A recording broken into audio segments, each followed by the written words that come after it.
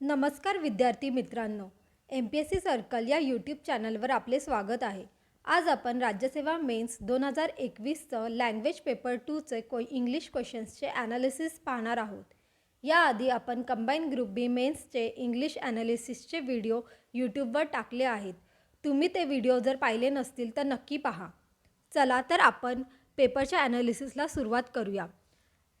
राज्यसेवेमध्ये language paper 2मध्ये मराठीचे 50 questions येतात आणि इंग्लिशचे 50 क्वेश्चन्स येतात. या टोटल 100 क्वेश्चन्ससाठी आपल्याला 1 तासाचा वेळ दिलेला असतो. जर तुम्ही 2021चा पेपर पाहिला असेल तर त्याच्यामध्ये ग्रामरचे 31 क्वेश्चन्स विचारले होते, व्होकॅब्युलरीचे 14 क्वेश्चन्स आणि पॅसेजेसचे 5 क्वेश्चन्स विचारले होते. या व्हिडिओमध्ये आपण फक्त ग्रामरचे क्वेश्चन्सचे ॲनालिसिस पाहणार आहोत आणि या व्हिडिओच्याच पार्ट 2मध्ये आपण व्होकॅब्युलरी आणि पॅसेजेसचे क्वेश्चन्स पाहणार आहोत. चला तर आपण क्वेश्चनच्या ॲनालिसिसला सुरुवात करूया.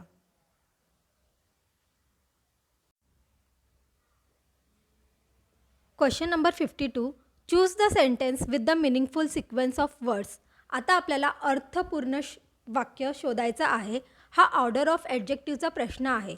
जर तुम्ही सगळे सेंटेन्सेस वाचले असाल तर तुम्हाला लक्षात येईल की ऑप्शन बी हा सर्वात योग्य पर्याय आहे, कारण की ह्याचं हे पूर्ण अर्थपूर्ण वाक्य आहे.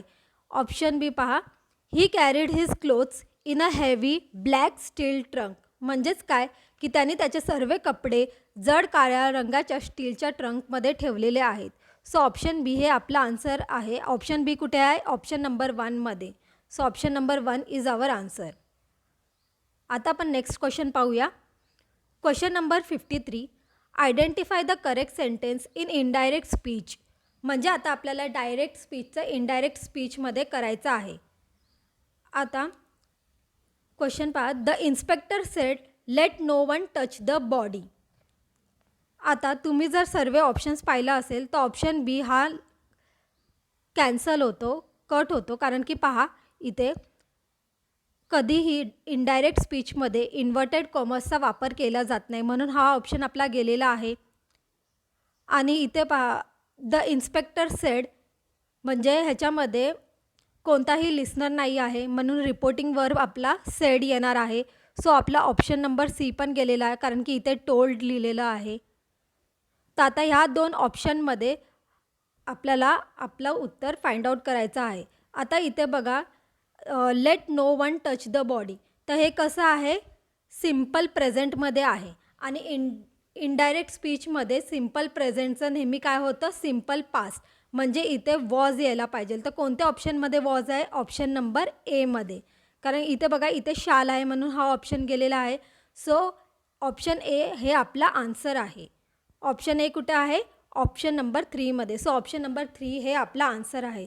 बघा मित्रांनो, डायरेक्ट टू इनडायरेक्ट स्पीचमध्ये करताना आपल्याला नेहमी रूल्स माहिती असले पाहिजे. जर आपले रूल्स माहिती असेल आणि प्रॅक्टिस आपण योग्य प्रकारे केलेली असेल ह्या टॉपिकची, तर हा टॉपिकचे प्रश्न आपले विदिन अ सेकंड सॉल्व्ह होणार आहेत. Let's move to next question. Question number 54, he has a busy schedule so he will be late. Which of the following is the simple form of the above sentence. आता आपल्याला एक complex sentence दिलेला आहे आणि त्याचा आपल्याला simple सेंटेन्समध्ये म्हणजे साध्या वाक्यामध्ये त्याचा कन्वर्ट करायचं आहे. तर आता सिम्पल आणि कॉम्प्लेक्स सेंटेन्स कसं ओळखायचं? सिम्पल सेंटेन्समध्ये नेहमी प्रेपोजिशन, पार्टिसिपल, जिरंड, इन्फिनिटिव्ह वर्बचा वापर केलेला असतो आणि कॉम्प्लेक्स सेंटेन्समध्ये नेहमी because, as, that, where, when, no, sooner than याचा वापर केलेला असतो. तर असे जे सेंटेन्सेसमध्ये बिकॉज वगैरे दिसले तर समजायचं हे कॉम्प्लेक्सचं सेंटेन्स आहे. चला तर आपण क्वेश्चन परत पाहूया. आता आपल्याला सिम्पल सेंटेन्स बघायचा आहे. आता जर तुम्ही बघा, सेकंड ऑप्शन पहा, इथे बिकॉज आहे म्हणजे हा कॉम्प्लेक्स सेंटेन्स आहे. इथे पहा ऑप्शन नंबर 3 ह्याच्यामध्ये दॅटचा वापर केलेला आहे म्हणजे हा पण कसा आहे? कॉम्प्लेक्स आहे. आणि इथे पहा ऑप्शन नंबर 4मध्ये ॲजचा वापर केलेला आहे म्हणजे तो पण काय? कॉम्प्लेक्स आहे. मग आता आपला ऑप्शन नंबर 1 उरतो आणि ऑप्शन नंबर कसा योग्य आहे बघा, इथे ऑनचा वापर केला आहे म्हणजे preposition. On account of his busy schedule he will be late. So option number 1 is our answer. बघा, म्हणजे आपल्याला काही ट्रिक्स माहिती असेल तर आपला क्वेश्चन्स किती लवकर सॉल्व्ह होतो. चला तर आपण नेक्स्ट क्वेश्चन पाहूया. Question number 55. If they had offered me a decent salary, I would have accepted the job. The condition expressed in the clause above is. आता हा इफ कंडिशनलचा क्वेश्चन आहे आणि हा सेंटेन्स आपल्याला काय कंडिशन व्यक्त करत आहे, ह्याच्यातून काय प्रेरित होत आहे हे आपल्याला पाहायचं आहे. तर ह्याच्यासाठी मी एक टेबल दिलेला आहे मित्रांनो. हा टेबल तुम्ही जर पाठ केला जशाच्या तशा तुम्ही हा टेबल नोट डाऊन करून घ्या, जेणेकरून इफ कंडिशन्सवरती कोणतेही प्रश्न विचारले ना तर तुमचा हा प्रश्न सॉल्व्ह होणार आहे. आणि इफ कंडिशनवरती आहे ना आयोग नेहमी प्रश्न विचारतो. हा खूप favourite very very important topic आहे. सो हा टेबल तुम्ही पाठच करा मित्रांनो. जेव्हा इफ क्लॉजमध्ये सिम्पल प्रेझेंट असतं आणि मेन क्लॉजमध्ये सिम्पल प्रेझेंट असतं तर कंडिशन काय व्यक्त होतं, युनिव्हर्सल ट्रूथ. जेव्हा इफ क्लॉजमध्ये सिम्पल प्रेझेंट असतं आणि मेन क्लॉजमध्ये विल किंवा शालचा वापर केलेला असतो तर कंडिशन काय व्यक्त होतं, प्रोबेबल. जेव्हा इफ क्लॉजमध्ये सिम्पल पास्ट असतं आणि मेन क्लॉजमध्ये वुड प्लस वर्बचा पहिला रूप असतं तेव्हा कंडिशन काय व्यक्त होतं, इम्प्रॉबेबल. जेव्हा इफ क्लॉजमध्ये पास्ट परफेक्टचा वापर केलेला असतो आणि मेन क्लॉजमध्ये वुड प्लस हॅव प्लस वर्बचा तिसरं रूप असतं तेव्हा कंडिशन काय व्यक्त होतं, इम्पॉसिबल. चला तर आपण आपला क्वेश्चन परत पाहूया. बघा इथे बघा हा if they had offered me a decent salary I would have accepted the job. आता हा कोणता कंडिशन, फोर्थवाला आहे बघा. इथं पास्ट परफेक्टमध्ये सेंटेन्स आहे आणि इथे वुड हॅवचा वापर केलेला आहे. म्हणून ह्याच्यामधून काय कोणती कंडिशन व्यक्त होते, इम्पॉसिबल कंडिशन. कोणती, इम्पॉसिबल. ऑप्शन ए आपला आन्सर आहे. ऑप्शन ए कुठे आहे, ऑप्शन नंबर 4मध्ये. So option number 4 is our answer. बघा मित्रांनो, एका टेबलनी तुमचा हा पूर्ण टॉपिक रिवाईज होणार आहे. म्हणून हा टेबल व्हेरी व्हेरी खूपच इम्पॉर्टंट आहे. हा तुम्ही नोट डाऊन करून घ्या. Let's move to next question. Question number 56. Identify the grammatically correct sentence. आता आपल्याला 3 सेंटेन्सेस दिलेले आहेत. त्याच्यामधून कोणतं सेंटेन्स ग्रॅमॅटिकली करेक्ट आहे हे आपल्याला पाहायचं आहे. तर आता इथे पहा मित्रांनो, you, option A, you are prohibited from smoking here. आता यू नंतर आरचा वापर योग्य आहे कारण की यू नंतर नेहमी प्लुरल वर्ब येतो, म्हणजे हे करेक्ट आहे.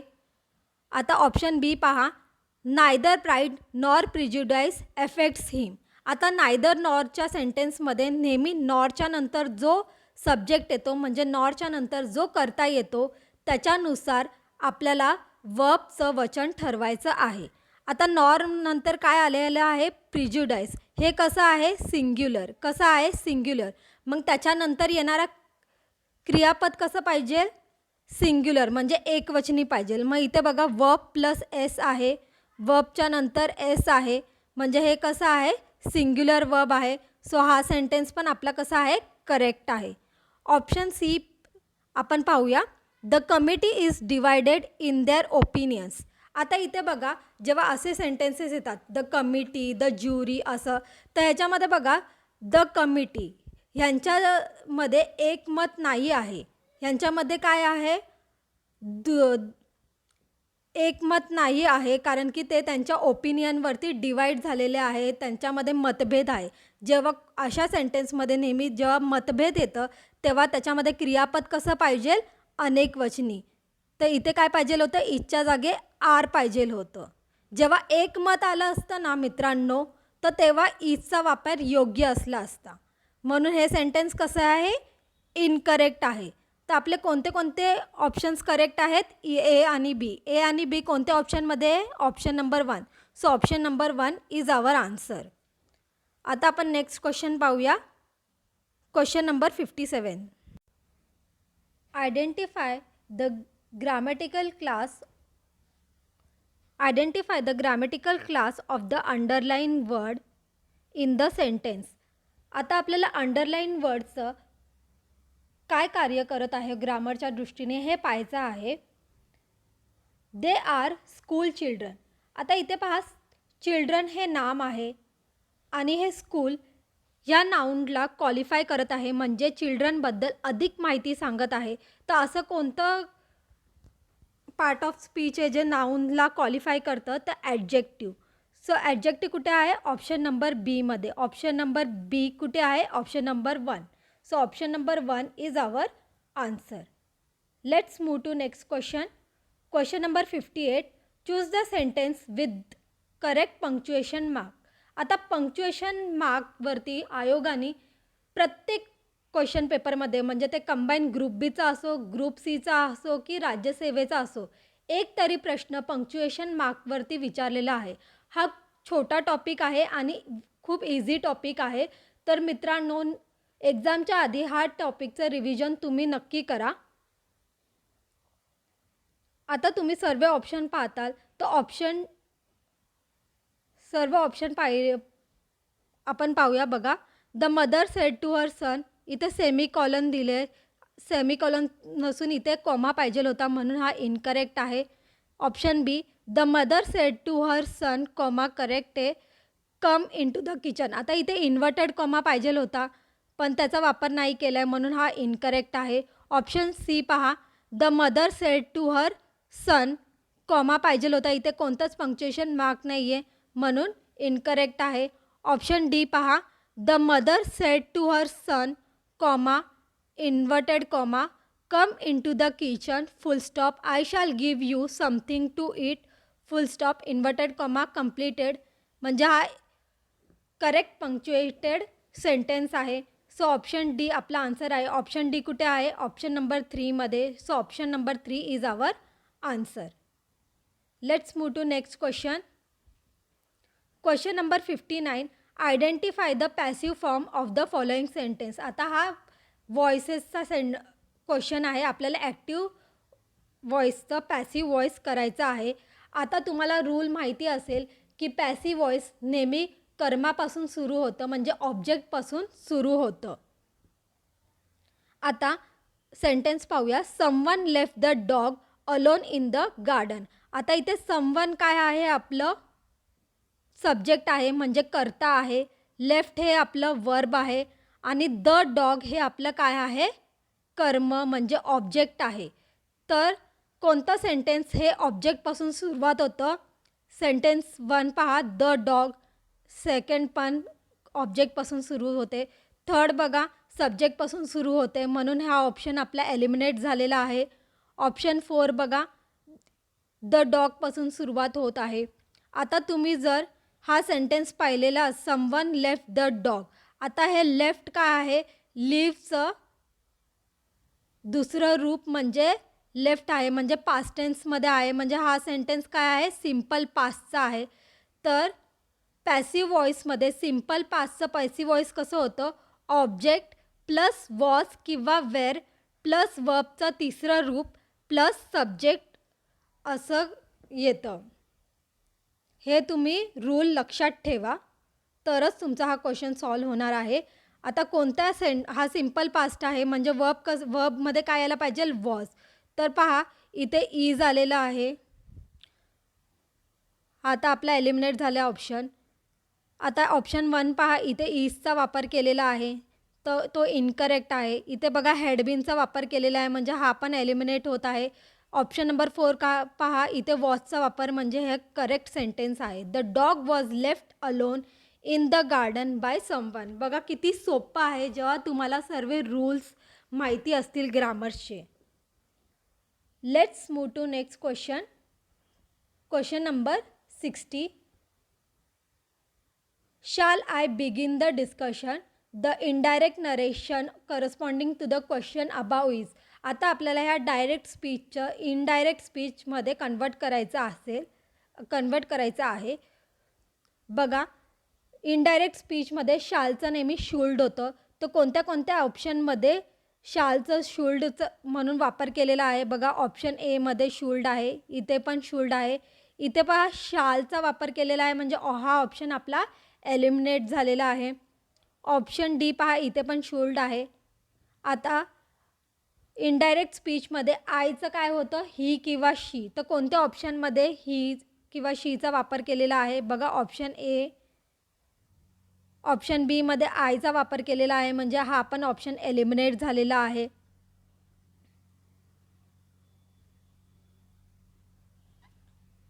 आता ऑप्शन डी पहा, इथे पण हीचा वापर केलेला आहे, म्हणजे हा पण ऑप्शन आपला आन्सर असू शकतं. आता इथे पहा, इथे कोणता लिस्नर दिलेला आहे का? इथे तर काहीच नाही दिलेलं आहे, म्हणून इथे जो मीचा वापर आहे तो चुकीचा आहे, म्हणजे हा पण ऑप्शन आपला एलिमिनेट झालेला आहे. तर ऑप्शन डी हे आपलं योग्य उत्तर आहे. He ask if he should begin the discussion. तर ऑप्शन डी कुठे आहे? ऑप्शन नंबर 1मध्ये. So option number 1 is our answer. Let's move to next question. Question number 61. Which of the following statement is in correct order? आता आपल्याला हे एक वाक्य दिलेलं आहे तुटकं मुटकं, त्याच्यापासून आपल्याला अर्थपूर्ण वाक्य बनवायचं आहे. हा अगदी कॉमन सेन्सचा प्रश्न आहे. तुम्ही जर सर्व सेंटेन्स वाचाल तर तुम्हाला लक्षात येईल की ऑप्शन 3 हे काय आहे? अर्थपूर्ण सेंटेन्स आहे.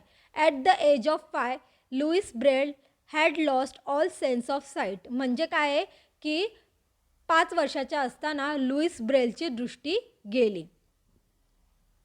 Let's move to next question. Question number 63. Identify the grammatically correct sentences. आता आपल्याला काही सेंटेन्सेस दिले आहे, ते ग्रॅमॅटिकली करेक्ट आहे की नाही ते आपल्याला पाहायचं आहे. आता ऑप्शन ए पहा, हा इफ कंडिशनचा सेंटेन्स आहे.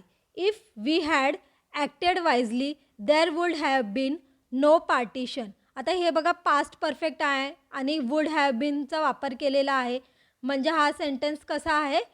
करेक्ट आहे. आता सेंटेन्स बी पहा. When the sun rises birds came out of their nest. आता हा कसा आहे? युनिव्हर्सल ट्रूथचं सेंटेन्स आहे. युनिव्हर्सल ट्रूथच्या सेंटेन्समध्ये दोन्ही सेंटेन्स कसे असतात? सिम्पल प्रेझेंटमध्ये. म्हणून इथे पहा, रायझेस हा कसा आहे? सिम्पल प्रेझेंटमध्ये आहे. इथे केमच्या ऐवजी काय पाहिजे होतं? कम पाहिजे होतं, म्हणून हा सेंटेन्स काय आहे? इनकरेक्ट आहे. ऑप्शन सी पहा. If he had strength he could have carried his luggage. आता हा मॉडल परफेक्शनचा सेंटेन्स आहे. इथे ह्या ठिकाणी 2 हॅड यूज केले पाहिजे होते. इफ ही हॅड स्ट्रेंथ असं पाहिजे होतं, म्हणून हा कसा आहे? इनकरेक्ट आहे. ऑप्शन नंबर डी पहा. The college bell rings when it strikes 10. हा जनरल ट्रूथचा सेंटेन्स आहे. ह्याच्यामध्ये पण कसे असतात? दोन्ही सेंटेन्स प्रेझेंट टेन्समध्ये पाहिजे. इथे पहा, रिंग्स वर्बचं पहिलं रूप आहे, म्हणजे करेक्ट आहे. स्ट्राइक्स पण वर्बचं पहिलं रूप आहे, करेक्ट आहे. तर ऑप्शन डी हे आपलं करेक्ट आहे. सो ऑप्शन नंबर ए आणि डी हे आपलं आन्सर आहे. हे कुठे आहे? ऑप्शन नंबर 1मध्ये. So option number 1 is our answer. Let's move to next question. Question number 64. Choose the complex sentence among the following examples. आता आपण आधीच कॉम्प्लेक्स सेंटेन्स आणि सिम्पल सेंटेन्स कसे फाइंड आउट करायचं आहे ते पाहिलं होतं. बघा, सिम्पल सेंटेन्समध्ये कसं असतं? प्रेपोजिशन, पार्टिसिपल, जिरंड, इन्फिनिटिव्ह वर्बचा वापर केलेला असतो. कॉम्प्लेक्स सेंटेन्समध्ये बिकॉज, ॲज, दॅट वगैरेचा वापर केलेला असतो. चला आपण क्वेश्चन पुन्हा पाहूया. 18. आता ऑप्शन नंबर ए पहा. It is pity that we should have to undergo this disgrace. आता इथे बघा 2 सेंटेन्स दॅटनी जोडलेले आहे, म्हणजे हा काय आहे? कॉम्प्लेक्स सेंटेन्स आहे. आता बी पहा. Our having to undergo this disgrace is a pity. म्हणजे इथे पहा, हॅविंगनी म्हणजे पार्टिसिपलनी वाक्य जोडलेले आहे, म्हणून हे काय आहे? सिम्पल सेंटेन्स आहे. सो ऑप्शन ए आपलं आन्सर आहे. ऑप्शन ए कुठे आहे? ऑप्शन नंबर 1मध्ये. So option number 1 is our answer. Let's move to next question. Question number 65. Identify the type of adjective underline in the given example. आता आपल्याला type of adjective find out करायचा आहे. This is the very book I want. आता इथे बघा, possession very हा काय adjective आहे. इथे कोणतं पजेशन दिलेलं आहे का? म्हणजे माय, हिज वगैरे, म्हणजे मालकी हक्क दाखवलेला आहे का? नाही, म्हणून पजेसिव्ह ॲडजेक्टिव्ह नाही येणार. ॲडजेक्टिव्ह ऑफ क्वालिटी पण नाही येणार, कारण की इथे काय बुक व्हेरी नाईस आहे किंवा बॅड आहे असं काही त्याची क्वालिटी सांगितली नाही आहे, म्हणून हे पण नाही येणार. न्यूमरल ॲडजेक्टिव्ह पण नाही आहे की वन आहे, फ्यू आहे, मेनी आहे, असं काही नंबर्स व्यक्त होतात आहे की नाही, म्हणून न्यूमरल ॲडजेक्टिव्ह पण नाही आहे. तर एम्फसायझिंग ॲडजेक्टिव्ह हे आपलं आन्सर आहे. आता एम्फसायझिंग ॲडजेक्टिव्ह म्हणजे काय मित्रांनो? एम्फसायझिंग ॲडजेक्टिव्ह ले stress on the proceeding noun, म्हणजे पुढे येणाऱ्या नामावरती भर घालतं, त्याला काय म्हणतात? एम्फसायझिंग ॲडजेक्टिव्ह, म्हणजे नामावरती अधिक भर देतात. जसे कोणते शब्द यूज करतात एम्फसायझिंग ॲडजेक्टिव्ह म्हणून? On, utter, very, absolute, total. आता आपण काही सेंटेन्स पण पाहूया, म्हणजे हा टॉपिक आपला क्लिअर होऊन जाईल, आपल्याला अजून समजेल. माइंड युअर ओन बिझनेस, म्हणजे तुझं काम पहा, म्हणजे बिझनेस हा नाऊन आहे आणि त्याच्यावरती भर दिलेला आहे. आता सेकंड सेंटेन्स पहा. It is utter nonsense to wait here, म्हणजे इथे थांबणं निव्वळ मूर्खपणा आहे. निव्वळ म्हणजे अटर म्हणजे काय? निव्वळ. म्हणजे हे नॉनसेन्स नाम आहे आणि त्याला हे अजून त्याच्यावरती भर देत आहे, म्हणून हा काय? एम्फसायझिंग ॲडजेक्टिव्ह. आपण नेक्स्ट क्वेश्चन पाहूया. Question number 67. Identify the correct sentences. आता हे चारही सेंटेन्स पाहिले तर आपल्याला लक्षात येईल की हा इफ कंडिशनलचा सेंटेन्स आहे आणि इफ कंडिशनलसाठी आपल्याला हा टेबल माहिती असला पाहिजे की इफ क्लॉजमध्ये जर सिम्पल प्रेझेंट असेल तर मेन क्लॉजमध्ये काय पाहिजे? सिम्पल प्रेझेंट आणि सिम्पल फ्युचर पाहिजे. इफ क्लॉजमध्ये जर सिम्पल पास्ट असेल तर मेन क्लॉजमध्ये काय पाहिजे? वुल्ड, कुल्ड प्लस वर्बचं पहिलं रूप. इफ क्लॉजमध्ये जर पास्ट परफेक्ट असेल तर मेन क्लॉजमध्ये काय पाहिजे? Would, could plus have plus वर्बचं तिसरं रूप. चला आपण क्वेश्चन पुन्हा पाहूया. Option A, if he takes an early bus he would reach Mumbai in the afternoon. आता इथे पहा, हा कसा आहे? सिम्पल प्रेझेंट आहे आणि इथे वुल्डचा वापर आहे, म्हणून हा इनकरेक्ट आहे. ऑप्शन बी पहा, इफ यू विसल्ड, म्हणजे इथे काय आहे? सिम्पल पास्ट आहे. The girls would mind it, वुल्डचा वापर आहे, करेक्ट आहे हा sentence. Option C, if your work is over go home and enjoy T V, म्हणजे इथे बघा सिम्पल प्रेझेंट आहे आणि इथे पण सिम्पल प्रेझेंटचा वापर केलेला आहे, म्हणून हा सेंटेन्स पण कसा आहे? करेक्ट आहे. ऑप्शन डी पहा, इफ ही बिहेव्ड वेल. आता हे बघा सिम्पल पास्टमध्ये बिहेव्ड, शी वुड हॅव, आता इथे हॅव नव्हता पाहिजे, म्हणून हा सेंटेन्स कसा आहे? इनकरेक्ट आहे. So option B and C आपले करेक्ट सेंटेन्सेस आहेत. ते कुठे आहेत? ऑप्शन नंबर 2 मध्ये. So option number 2 is our answer. आता question number 68. Identify the sentences from above which follow subject verb agreement. आता हा सब्जेक्ट वर्ब ॲग्रीमेंटचा प्रश्न आहे आणि ह्याच्यासाठी आपल्याला एक रूल माहिती आहे पाहिजे. बघा मित्रांनो, each of, either of, neither of किंवा एव्हरीवन ऑफ किंवा वन ऑफ ह्याच्यानंतर नेहमी प्ल्युरल नाऊन येतात, म्हणजे अनेकवचनी नामाचा वापर केला जातो आणि त्याच्यानंतर कसं क्रियापद येतं? एकवचनी क्रियापद, सिंग्युलर वर्ब. चला तर आपण आपला क्वेश्चन पुन्हा पाहूया. आता इथे पहा, option number A, neither of दिलेला आहे, त्याच्यानंतर अनेकवचनी नामाचा वापर केलेला आहे, टू बुक्स, आणि क्रियापद कसं आहे? एकवचनी आहे, म्हणजे हे करेक्ट आहे. ऑप्शन बी पहा बघा, ईच ऑफच्या नंतर टू शॉप्स म्हणजे अनेकवचनी नाम आहे आणि क्रियापद कसं आहे? एकवचनी आहे, म्हणून हे पण करेक्ट आहे. ऑप्शन सी पहा, एव्हरीवन ऑफ दिलेला आहे आणि इथे दिस वर्कर्स म्हणजे अनेकवचनी नामाचा वापर केलेला आहे आणि क्रियापद कसं आहे? एकवचनी आहे, म्हणून हे सेंटेन्स पण करेक्ट आहे.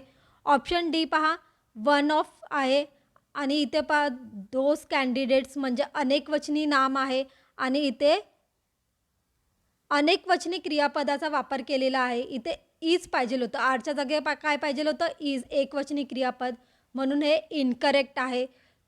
तर ऑप्शन ए बी सी आपला आन्सर आहे. पण कोणत्या, बघा तुम्ही चारही ऑप्शन पहा, कोणत्याही ऑप्शनमध्ये ए, बी आणि सी ऑप्शन दिलेलं नाही आहे, म्हणून आयोगाने हे प्रश्न काय केलेलं आहे, कॅन्सल केलेलं आहे. Hash. Let's move to next question. Question number 69. Choose the correct yes no type question form. आता आपल्याला एक सेंटेन्स दिलेला आहे, विधानार्थी वाक्य, त्याचा प्रश्नार्थी वाक्यमध्ये करायचा आहे, येस ऑर नो टाईप क्वेश्चनमध्ये. तर yes or no type question कशापासून सुरू होतात, डू, डीड, डज किंवा विल, शालपासून. Okay.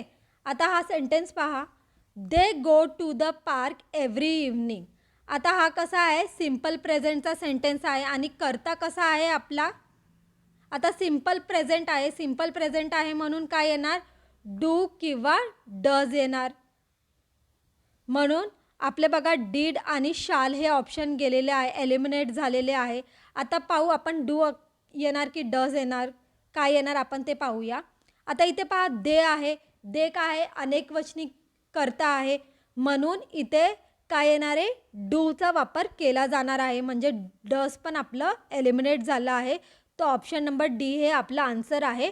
Do they go to the park every evening.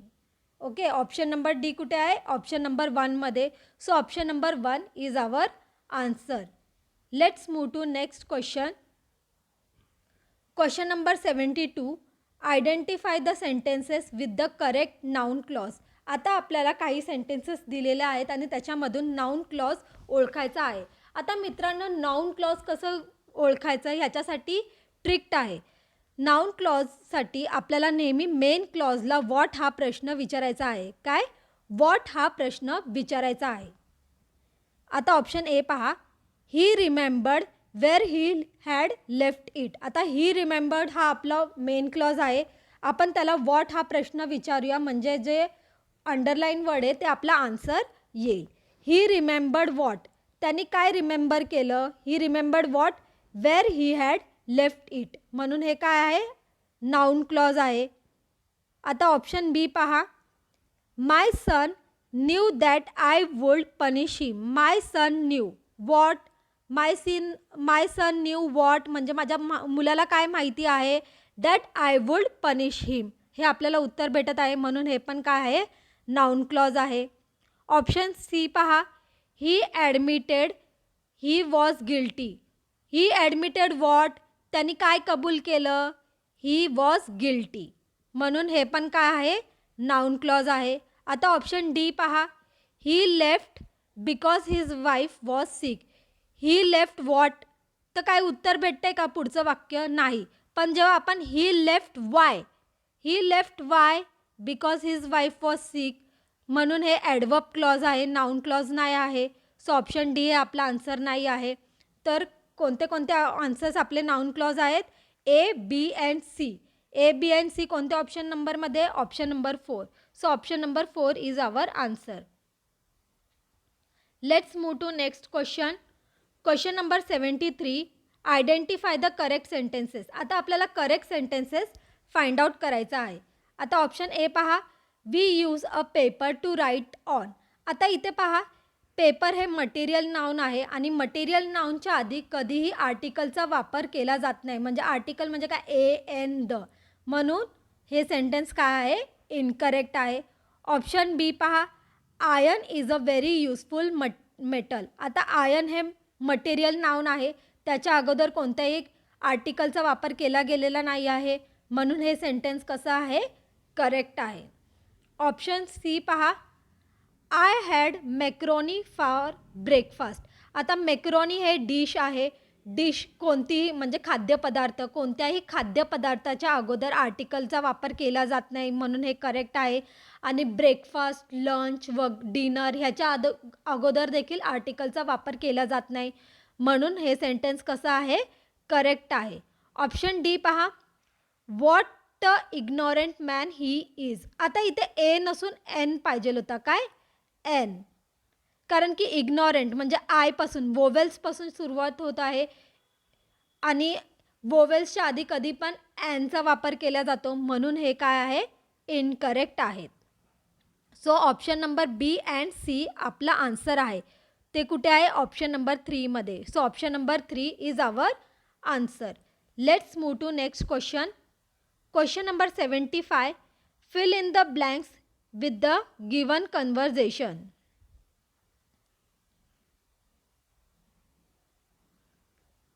If your option A, sorry,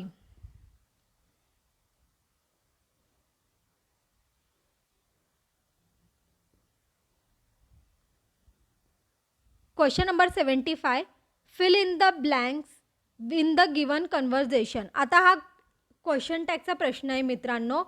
Mukesh, well we need a menu. आता हा कसा आहे? पॉझिटिव्ह सेंटेन्स आहे, तर ह्याचं क्वेश्चन टॅग कसं येणार आहे? नेगेटिव्ह. आता हा सेंटेन्स पाहिला तर कसा आहे? सिम्पल प्रेझेंटचा आहे, तर आपल्याला इथे क्वेश्चन टॅग काय येणार आहे? Don't we. काय येणार आहे? Don't we. डोंट वी कोणत्या ऑप्शनमध्ये? Option number 2मध्ये.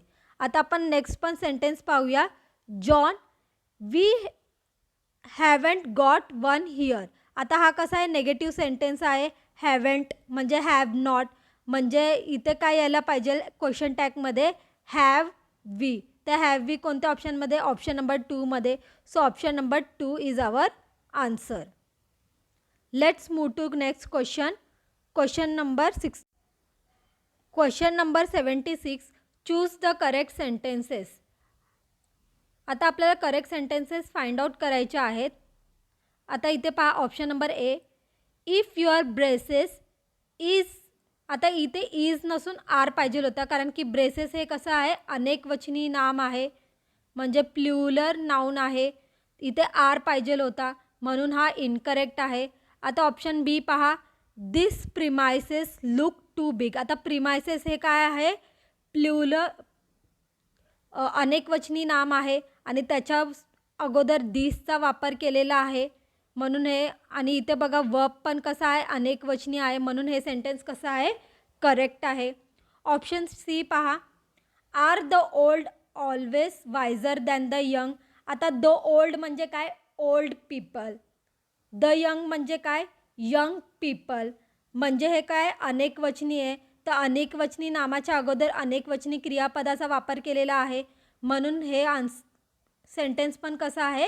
करेक्ट आहे. So option B and C आपले कसे आहे? करेक्ट सेंटेन्सेस आहेत. ते कुठे आहे? ऑप्शन नंबर 1मध्ये. So option number 1 is our answer. Let's move to next question. Question number 78. Choose the correct question form of the given sentences. आता आपल्याला एक विधानार्थी वाक्य दिलेलं आहे आणि त्याचं प्रश्नार्थी वाक्य करायचं आहे. You can way this letters. आता इथे आपला वर्ब कोणता आहे? कॅन. तर आपला प्रश्न कशापासून सुरुवात होणार आहे? कॅनपासून. त्यामुळे आपले ऑप्शन नंबर 3 आणि ऑप्शन नंबर 4 हे एलिमिनेट होत आहे. तर आता तुम्ही जर हा सेंटेन्स पाहिला आहे असेल तर हा कसा आहे? सिम्पल प्रेझेंटमध्ये आहे. कसा आहे? सिम्पल प्रेझेंटमध्ये, म्हणून आपलं प्रश्नार्थी वाक्य पण कसं पाहिजे? सिम्पल प्रेझेंटमध्ये. आता इथे पहा, वेड हा कसा आहे? पास्ट टेन्समध्ये आहे, म्हणून हा ऑप्शन देखील आपला इनकरेक्ट आहे. सो ऑप्शन नंबर 2 हे आपलं योग्य उत्तर आहे. Can you weigh this letters? Question mark. Okay. Let's move to next question. Question number 79. Choose the correct sentences. आता आपल्याला करेक्ट सेंटेन्स चूज करायचं आहे.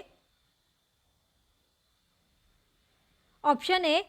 ही hasn't a beautiful furniture in his house. आता फर्निचर हे कसं आहे? असं नाम आहे जे नेहमी एकवचनी रूपातच वापर केला जातो, म्हणून इथे एचा वापर करणं चुकीचं आहे, म्हणून हा सेंटेन्स काय आहे? चुकीचा आहे. ऑप्शन बी पहा. The news are good today. आता न्यूज आहे ना, हा शब्द कसा आहे? अनेकवचनी लिहिला जातो, पण त्याचा वापर नेहमी एकवचनी म्हणूनच केला जातो, म्हणून न्यूजच्या नंतर कसं क्रियापद यायला पाहिजे होतं? एकवचनी क्रियापद, म्हणजे आरच्या जागावर इज पाहिजे होतं, म्हणून हे सेंटेन्स कसं आहे? इनकरेक्ट आहे. ऑप्शन सी पहा. What nonsense to have a picnic in such bad weather. आता नॉनसेन्स काय आहे? नाऊन आहे आणि त्याचं ॲब्स्ट्रॅक्ट नाऊन आहे, म्हणजे भाववाचक नाम आहे आणि भाववाचक नामाच्या अगोदर कोणत्याही आर्टिकलचा वापर केला जात नाही, म्हणून हे सेंटेन्स कसं आहे? करेक्ट आहे. सो ऑप्शन नंबर सी हे आपलं करेक्ट सेंटेन्स आहे. ते कुठे आहे? ऑप्शन नंबर 2 मध्ये. So option number 2 is our answer. Let's move to next question. Question number 80.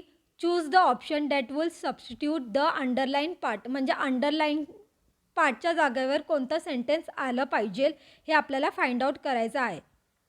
आता हा प्रश्न कॉमन सेन्सचा प्रश्न आहे. Although he was always happy he did not love any one. आता ऑल्दो ऑलवेज वॉज हॅपी असं तर कधी येत नाही. टू हॅपी पण नाही येत आणि बी हॅपी पण कधी नाही येत. ऑल्दो ऑलवेज हॅपी हे आपलं काय आहे? आन्सर आहे. So option number 3 is our answer. Let's move to next question. Question number 82. Choose the correct sentences. आता ऑप्शन ए पहा. I will see mister Mehta if I will be visiting Valsad. आता हा if कंडिशनलचा sentences आहे. आता if कंडिशनमध्ये कधी simple present विलचा वापर करत नाही. हे सेंटेन्स कसं पाहिजे होतं? If I visit Valsad, if I visit Valsad I will see mister Mehta. म्हणून हे सेंटेन्स कसं आहे? इनकरेक्ट आहे. ऑप्शन बी पहा. He fell on the floor while entering the room. म्हणजे एक क्रिया जेव्हा घडली तेव्हा दुसरी क्रिया घडत होती. म्हणजे जेव्हा तो फ्लोअरवरती पडला तेव्हा तो रूममध्ये आतमध्ये शिरत होता. म्हणून हे कसं आहे? करेक्ट आहे. ऑप्शन सी पहा. I hate he sending her reminders. आता सेंडिंग हे कसं आहे? जिरंड आहे आणि ते नाम म्हणून त्याचा वापर केलेला आहे. आणि हीज हे काय आहे? ॲडजेक्टिव्ह. हीज सेंडिंग म्हणून हे कसं आहे? करेक्ट सेंटेन्स आहे. So option number B and C is our answer. ते कुठे आहे? ऑप्शन नंबर 2 मध्ये. सो ऑप्शन नंबर 2 हे आपलं आन्सर आहे. Let's move to next question. Question number 86. The tall girl wearing a blue frock is my cousin which is a noun phrase in the sentence. आता noun phrase म्हणजे काय मित्रांनो? Noun phrase म्हणजे असं phrase जे नाउनबद्दल अधिक माहिती सांगतं. ते ॲडजेक्टिव्ह पण असू शकतं, ॲडवर्ब पण असू शकतं किंवा प्रेपोजिशन पण असू शकतं. तर बघा, द टॉल गर्ल हे अपूर्ण आहे म्हणून हे इनकरेक्ट आहे. अ ब्ल्यू फ्रॉक पण नाही आहे. गर्ल हे नाम आहे म्हणून हे पण इनकरेक्ट आहे. पण ऑप्शन नंबर 4 पहा. The tall girl wearing a blue frock म्हणजे उंच मुलगी जी ब्ल्यू फ्रॉक घातलेली आहे. म्हणून हे काय आहे? करेक्ट आहे. करेक्ट नाउन फ्रेज आहे. So option number 4 is our answer. Let's move to next question. Question number 93. As soon as I saw the advertisement, I emailed my CV.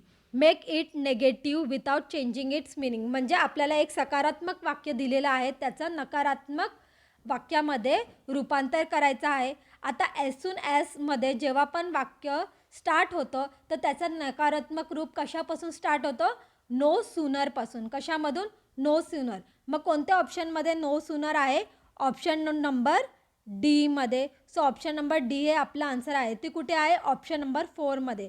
So option number 4 is our answer. Okay, किती easy आहे बघितलं मित्रांनो. जेव्हा तुम्हाला हे ग्रामर्सचे काही tricks माहिती असतील आणि ते कसे कळणार आहेत तर PYQचे ॲनालिसिस करून आणि त्यात प्रॅक्टिस करून. Let's move to next question. Question number 94. We eat that we may live. The subjunctive mood in the sentence above expresses. Subjunctive हा कसा सेंटेन्स आहे? सब्जंक्टिव्ह मूडमध्ये सेंटेन्स आहे आणि ते काय व्यक्त करत आहे म्हणजे त्याच्यामधून काय भावना व्यक्त होत आहे? वी ईट म्हणजे आपण का खातो, त्याचा उद्देश काय आहे की आपण जगू शकू. म्हणजे काय आहे? पर्पज. ह्याच्यामधून काय व्यक्त आहे होत आहे? पर्पज. पर्पज कुठे आहे? ऑप्शन नंबर बी मध्ये. ऑप्शन नंबर बी कुठे आहे? ऑप्शन नंबर 4 मध्ये. So option number 4 is our answer. Let's move to next question. Question number 95. Identify the type of clause underline in the given example. आता आपल्याला एक sentence दिलेला आणि त्याच्यामधून कोणता अर्थ व्यक्त होत आहे, तो क्लॉज कोणता अर्थ व्यक्त करत आहे ते आपल्याला पाहायचं आहे. Take an umbrella with you in case it rains. आता इथे कंडिशन सांगितली आहे, एक अट सांगितली आहे. समजा जर पाऊस झाला तर तुम्ही छत्री तुमच्यासोबत घेऊन जा. म्हणून कोणतं आपला ऑप्शन नंबर सी हे आपला आन्सर आहे, clause of condition. Option C कुठे आहे? ऑप्शन नंबर 3 मध्ये. So option number 3 is our answer. Let's move to next question. Question number 96. Choose the sentence with correct punctuation marks. आता बघा मित्रांनो, punctuation हा किती इम्पॉर्टंट टॉपिक आहे, ह्याच्यावरती आयोगाने 2 प्रश्न विचारलेला आहे. सो पंक्च्युएशनवाला चॅप्टर तुम्हाला अजिबात सोडायचं नाही आहे. तर तुम्ही जर सर्व सेंटेन्स पाहिला तर ऑप्शन नंबर बी हे करेक्टली पंक्च्युएटेड मार्क आहे. My brother give me a watch semicolon to my sister comma a pen.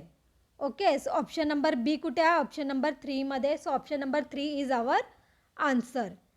Let's move to next question. Question number 99.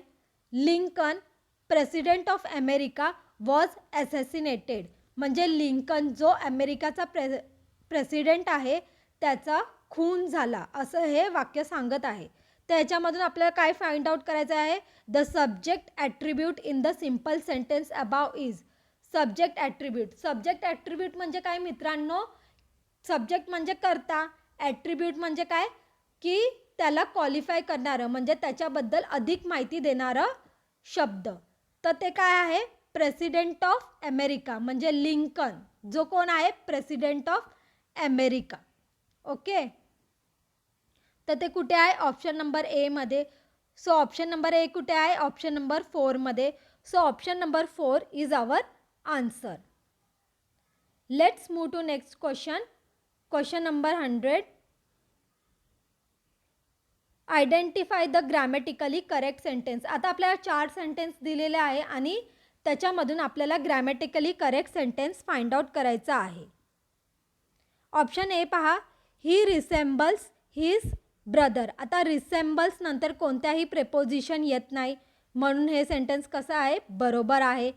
Sentence B पहा, option I am tired with this work. आता tired नंतर कधी with नाही येत, तर tired नंतर काय येतं? ऑफ येतं. इथे काय पाहिजे होतं? ऑफ. म्हणून हा सेंटेन्स कसा आहे? इनकरेक्ट आहे. ऑप्शन सी पहा, he ordered a new car. आता ऑर्डर्ड नंतर कोणतंही प्रेपोजिशन येत नाही, म्हणून हे सेंटेन्स कसं आहे? करेक्ट आहे. ऑप्शन डी पहा, ही विल कम्बॅट युअर व्ह्यूज. म्हणजे बघा, आता कम्बॅटच्या नंतर कोणत्याही प्रेपोजिशनचा वापर केला जात नाही, म्हणून हे पण सेंटेन्स कसं आहे? करेक्ट आहे.